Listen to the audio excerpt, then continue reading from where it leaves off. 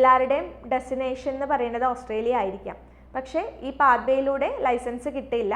Next step എന്താണെന്നുള്ളത് നമുക്ക് നോക്കാം. ഇതിൽ വർക്ക് ചെയ്യുന്ന നഴ്സിന് കുറച്ചുകൂടെ ഇത് ഈസി ആയിരിക്കും. കാരണം ഇവർ ഈ ഒരു സെയിം പ്രോസസ്സിലൂടെ ഇതിനു മുമ്പ് കടന്ന് വന്നിട്ടുള്ളത് കൊണ്ട് കുറച്ചുകൂടെ ഫെമിലിയർ ആണ്. അതുകൊണ്ട് തന്നെ പ്രോസസ്സ് എക്സ്പീരിയൻസും ഉണ്ട്. ദെൻ കോച്ചിങ് ഇല്ലാതെ തന്നെ ഈ ഒരു എക്സാമിനേഷനും കംപ്ലീറ്റ് ചെയ്യാനായിട്ട് സാധിക്കും. ഹായ് എവരിവൺ, ഇന്ന് നമ്മൾ ഡിസ്കസ് ചെയ്യാൻ പോകുന്നത് ഓസ്ട്രേലിയൻ നഴ്സിംഗ് രജിസ്ട്രേഷൻ്റെ ന്യൂ പാത്വേയെ കുറിച്ചിട്ടാണ്. ഇത്രയും നാൾ നമ്മുടെ വീഡിയോസിലൊക്കെ എക്സ്പ്ലെയിൻ ചെയ്തുകൊണ്ടിരുന്നത് ഇതിൻ്റെ എൻട്രി റിക്വയർമെൻറ്റിനെ കുറിച്ചിട്ടും ഇതിൻ്റെ എലിജിബിലിറ്റി ക്രൈറ്റീരിയസിനെ കുറിച്ചിട്ടുമാണ്. എന്നാൽ ഇന്ന് നമ്മൾ ഡിസ്കസ് ചെയ്യാൻ പോകുന്നത് ആരൊക്കെയാണ് ന്യൂ പാത്വേ പ്രോസസ്സ് ചെയ്യാനായിട്ട് എലിജിബിൾ അല്ലാത്തത്. സോ ഈ ഒരു ഡീറ്റെയിൽസാണ് നമ്മൾ ഇന്ന് ഈ വീഡിയോ കൊണ്ട് ഉദ്ദേശിക്കുന്നത്. ആദ്യം തന്നെ എന്താണ് ന്യൂ പാത്വേ എന്ന് നോക്കാം. 2025 ഏപ്രിൽ മുതലാണ് ഈ ഒരു റൂള് നിലവിൽ ആപ്ര കൊണ്ടുവന്നിരിക്കുന്നത്.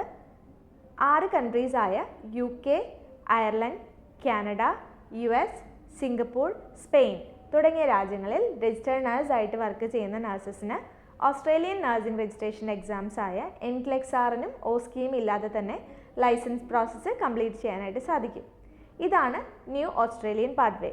ആരൊക്കെയാണ് ഇതിന് എലിജിബിൾ അല്ലാത്തത്? ആദ്യം തന്നെ ക്വാളിഫിക്കേഷൻ റിക്വയർമെൻറ്റ് നോക്കാം. GNM കംപ്ലീറ്റ് ചെയ്ത നഴ്സസ് ആണെങ്കിൽ അവർ ഈ ഒരു പാത്വേക്ക് ഡയറക്റ്റ്ലി ഇൻഎലിജിബിൾ ആവുകയാണ്. കാരണം ഓസ്ട്രേലിയൻ രജിസ്ട്രേഷൻ്റെ പ്രോസസ്സ് ചെയ്യണമെങ്കിൽ ഒരു റിക്വയർഡ് ക്വാളിഫിക്കേഷൻ അല്ലെങ്കിൽ റിക്വയർഡ് ലെവൽ നിർബന്ധമാണ്. അതാണ് bachelor of science in nursing. അതല്ലാന്നുണ്ടെങ്കിൽ അതിന് മുകളിലേക്കുള്ള ക്വാളിഫിക്കേഷൻ വേണം. സോ ഈ ക്വാളിഫിക്കേഷൻ ഇല്ലാത്ത നഴ്സസൊക്കെ ഇതിന് ഇൻഎലിജിബിൾ ആണ്. GNMs പ്രോസസ്സ് ചെയ്യാനായിട്ട് എലിജിബിൾ അല്ല. ഇതല്ലാതെ ഇമ്പോർട്ടൻ്റ് ആയിട്ടുള്ളൊരു എലിജിബിലിറ്റി ആണ് അവരുടെ ഇയർ ഓഫ് കംപ്ലീഷൻ. 2017 മുമ്പ് ക്വാളിഫൈഡ് ആയിട്ടുള്ള നഴ്സസ് ആണെങ്കിൽ അവരും ഈ പാത്വേ ചെയ്യാനായിട്ട് എലിജിബിൾ അല്ല. അതായത് 2016 അതിന് മുമ്പുള്ള ക്വാളിഫിക്കേഷൻ ആണെങ്കിൽ നിങ്ങൾക്കൊന്നും ഈ ഒരു പുതിയ പാത്വേ വഴി ഓസ്ട്രേലിയൻ രജിസ്ട്രേഷൻ എടുക്കാനായിട്ട് സാധിക്കില്ല. എക്സാംസ് എഴുതി തന്നെയാണ് ഓസ്ട്രേലിയയിലേക്ക് ലൈസൻസ് എടുക്കാനായിട്ട് സാധിക്കുകയുള്ളൂ. അടുത്തതായി നോക്കുകയാണെങ്കിൽ ഇവരുടെ എക്സ്പീരിയൻസ് ആണ്. എക്സ്പീരിയൻസ് നോക്കുമ്പോൾ 2017 മുമ്പുള്ള എക്സ്പീരിയൻസ് ആണ് ഈ പറഞ്ഞ കൺട്രീസിൽ നിന്നെങ്കിൽ നിങ്ങൾക്ക് ഈ ഒരു പ്രോസസ്സ് ചെയ്യാനായിട്ട് സാധിക്കുകയില്ല. ഈ 2 മെയിൻ ക്രൈറ്റീരിയ മീറ്റ് ചെയ്യാത്ത നഴ്സസ് ഒന്നും ഈ ഒരു പ്രോസസ്സ് ചെയ്യാനായിട്ട് എലിജിബിൾ അല്ല. ഇനി വേറൊരു റിക്വയർമെൻറ്റ് പറയുന്നത് ഇംഗ്ലീഷ് ടെസ്റ്റിനെ കുറിച്ചിട്ടാണ്. UK-ലോ അയർലൻഡിലോ കാനഡയിലൊക്കെ വർക്ക് ചെയ്യുന്ന സമയത്ത് ഇംഗ്ലീഷ് ടെസ്റ്റ് എടുത്തിട്ടായിരിക്കും രജിസ്ട്രേഷൻ കിട്ടിയിരിക്കുന്നത്. അങ്ങനെ ഇംഗ്ലീഷ് ടെസ്റ്റ് എടുക്കാതെ ലൈസൻസ് കിട്ടിയ നഴ്സസ് ആണെങ്കിൽ അവർക്ക് ഈ ഒരു പ്രോസസ്സ് ചെയ്യാനായിട്ട് സാധിക്കില്ല.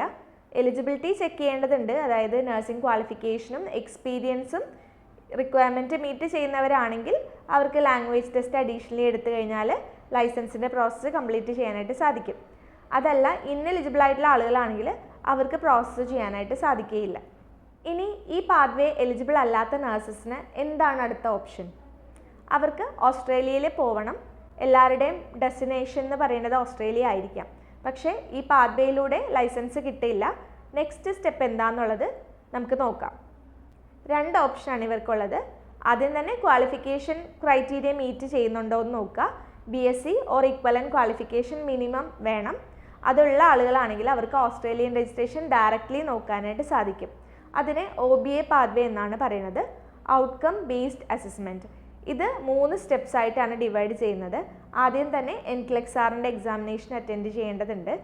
അത് ക്ലിയർ ചെയ്ത് കഴിയുമ്പോൾ practical exam OSCE, objective structured clinical examination. അത് ഓസ്ട്രേലിയയിലെ മെൽബണിലും അഡലൈഡിലും നടക്കുന്ന ഒരു പ്രാക്ടിക്കൽ സെനാരിയോ ബേസ്ഡ് എക്സാമാണ്. ഇത് ക്ലിയർ ചെയ്യേണ്ടതുണ്ട്.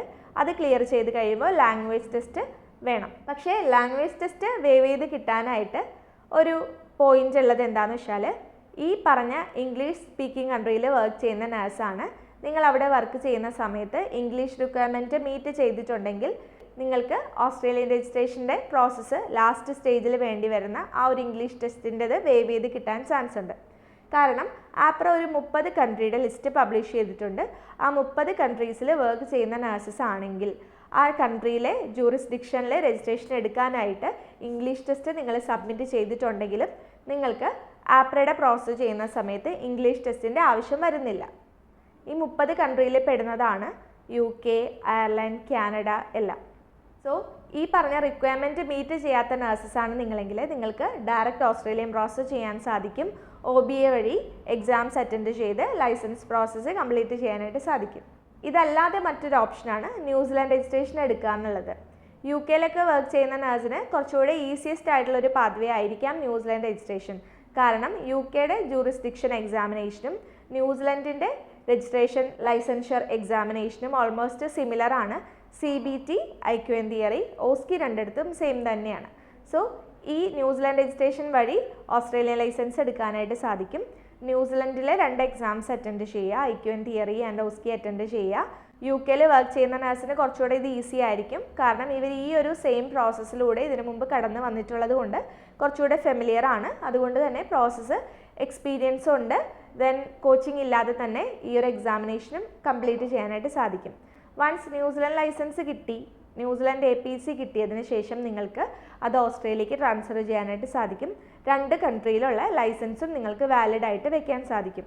ഏത് കൺട്രിയിലാണോ ഓപ്പർച്യൂണിറ്റി വരുന്നത് ആ സമയത്ത് നിങ്ങൾക്ക് ജോബിന് വേണ്ടിയിട്ട് അപ്ലൈ ചെയ്യുകയോ അതല്ല PR-ൻ്റെ പ്രോസസ്സ് നോക്കണമെങ്കിൽ അങ്ങനെ ചെയ്യാനും സാധിക്കും.